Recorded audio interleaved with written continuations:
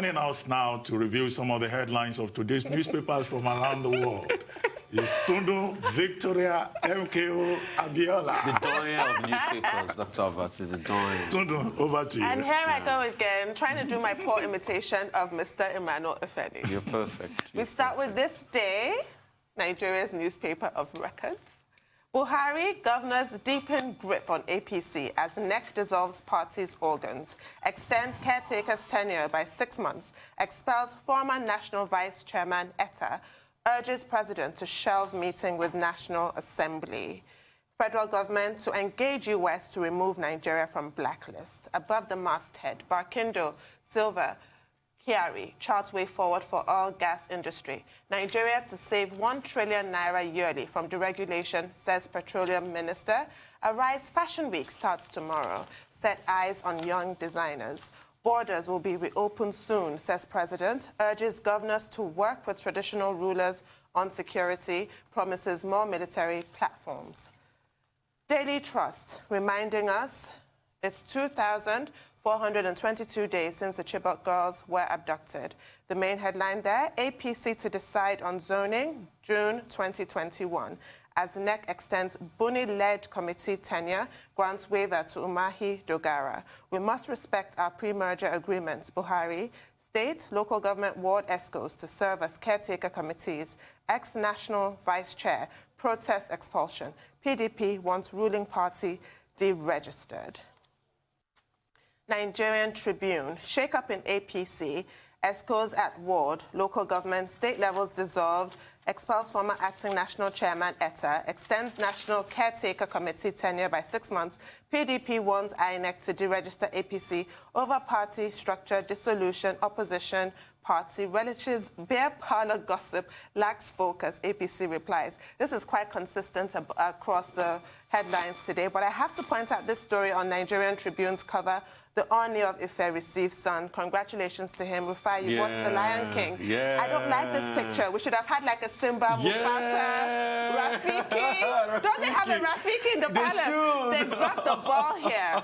We needed, you remember, Simba. You have to present Simba to Pride Land. This is what we wanted. The Oni of Ife's prince is a big deal in Yoruba land. Congratulations. That's an air already. Yes. The Daily Times, PDP mocks as APC dissolves structures, extends Buni's term. It's pretty much consistent. APC, we're now on The Nation. APC dissolves state local government ward ESCOs. Akere Jolu Jagade begin legal battle. Federal government rejects U.S. report on religious freedom. It's worrisome, says Khan.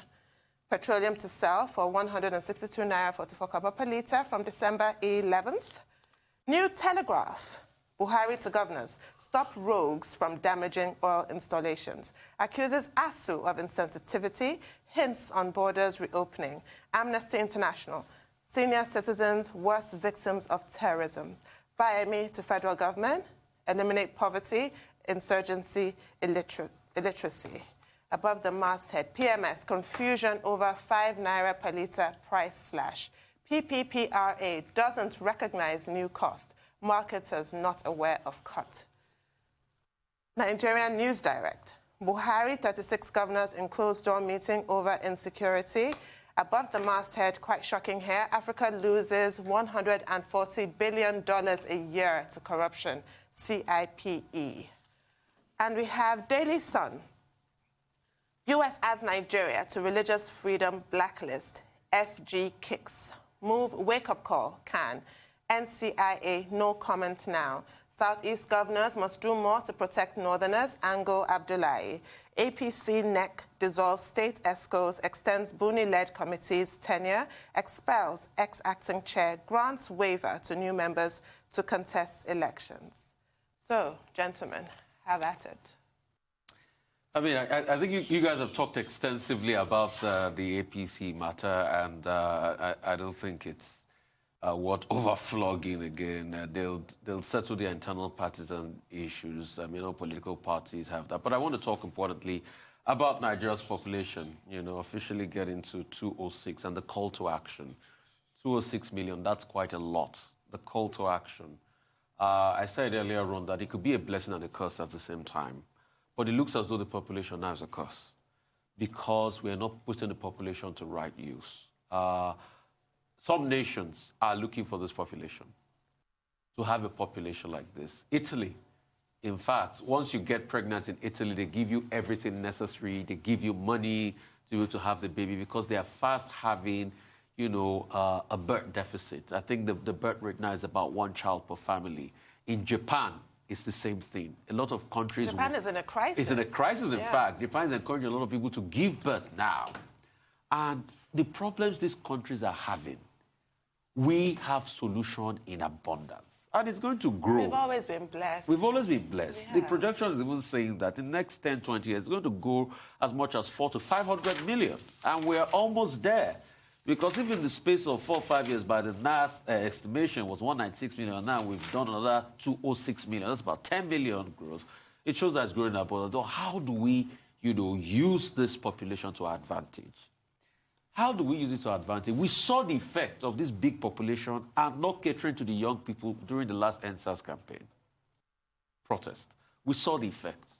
We saw a lot of Nigerians demanding that welfare and a lot of things should be done for the young people. There should be provision of jobs.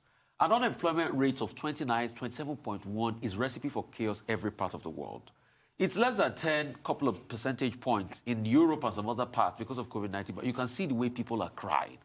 And here you have 27.1%. And I even keep saying that I don't even look at the unemployment rate. I look at the underemployment rates.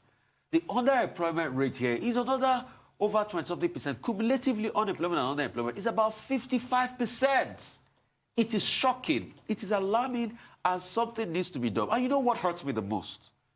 What hurts me the most is that most of the states that lead the pack in unemployment are states that are getting 30% resource control, derivation formula. States like Akwa Ibom. I was in Akwa Ibom when they were trying to push forward a youth bill. What were the young people asking for?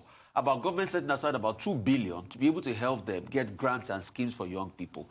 Akwa Ibom has close to 35-36% unemployment rate. It's staggering. And those things are pressure points we should be looking at. So we are increasing a population, but we are not planning for the population like we said, like Dr. Abati said. What we are more focused on is the gerrymandering of population census. Like you said rightly, Dr. Abati, it is only in this country I know that people like to move to the deserts rather than the coastal area. We're the only country. Because everywhere in the world, water, trade, transportation drives population. If you look at England, a lot of people move down south. Now they're even trying to repopulate northern England and deliberately develop the infrastructure. That's why the BBC built the media city in Salford, in Manchester, to be able to help the north. Didn't you see the thrust of Boris Johnson's campaign? Yeah, I think with regard to population, this is one of the inherited colonial problems. I cited the example of the 1953 population, which gave advantage to the north and which was rejected by the south. Both the southwest and the southeast. Now, when that population was reviewed, there was a slight adjustment, which was rejected by the north. Yeah. And then in 1963, there was another census, which was again a source of problem. And since then, in 73, we tried to do a census. The next one we did after that was also so political that the Lagos state government, under Governor Tinubu as he then was, had to conduct his own house-to-house enumeration to come up with his own population figures, on the basis of which later Lagos decided to create additional local governments, which also became a problem.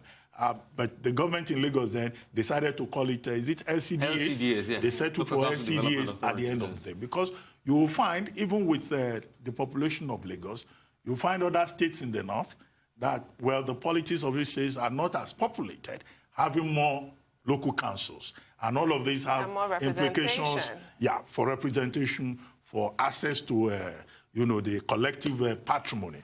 But in spite of all of that, we still need to know how many we are in Nigeria. Yeah. Because there are people who will even doubt the 206 million that the Population Commission is talking about. Because what we do is we just do projections, 3%. Yeah. Annually, we say it's 3%, and then we do mathematics. Yeah. And if you check census figures over the years, you just see that it's just that 3%.